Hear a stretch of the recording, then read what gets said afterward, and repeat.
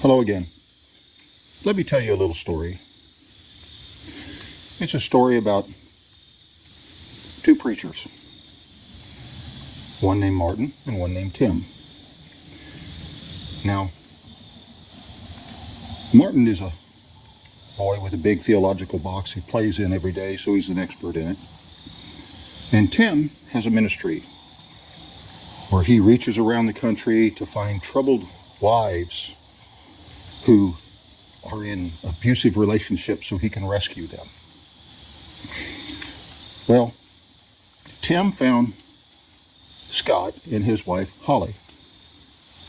Now, they were a good, solid Christian family, homeschooled their kids. Scott works hard at his job. He's a very get-it-done kind of guy. Had ministry work going on. Tim, who has this ministry of rescuing wives from their husbands, starts talking to Holly secretly, away from her husband. And who knows what all that conversation was, what kind of coaching was involved in it. But Holly makes complaints about her husband to Tim. So Tim gives Holly a check for a couple $1,000s to pay a lawyer to start divorce proceedings. All this without ever talking to Scott, Holly's husband. And then one day, Tim shows up at Scott's house with a group of his buddies, and they're going to move in so that they can watch Scott to catch him doing some of these vile things that his wife has accused him of. Okay? This is his nature. So, in the end, Scott loses his wife, loses his kids, loses his job. Oh, but that's not all. Tim and Martin and a few other gentlemen publicly, all over social media, write this thing where they excommunicate Scott for these horrible things that they know he did because Holly said that he did. Yet they have not talked to Scott.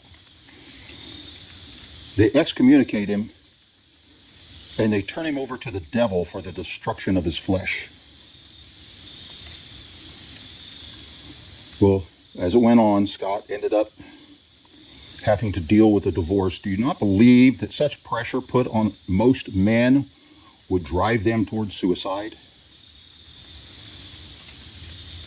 Yet another group of men came together to look into this.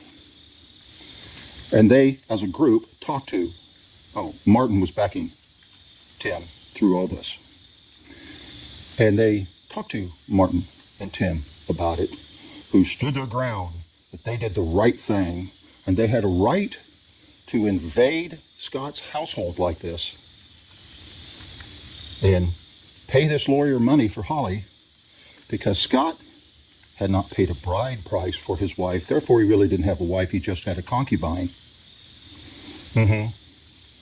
Like I said, Martin sees himself as a theologian, but he's just a boy with a big theological toy box. And they are not repentant. When they were asked seriously and soberly by a group of men, they stand their ground in this wickedness. And I know of at least another case of Tim with his ministry, Tim Yarborough and Martin Selbrede. Tim Yarborough doing this to another family that is all too similar, so we can pretty much see what he's about. And now they go on. Tim out looking for more wives to rescue and families to destroy like this. And Martin defending him all the way.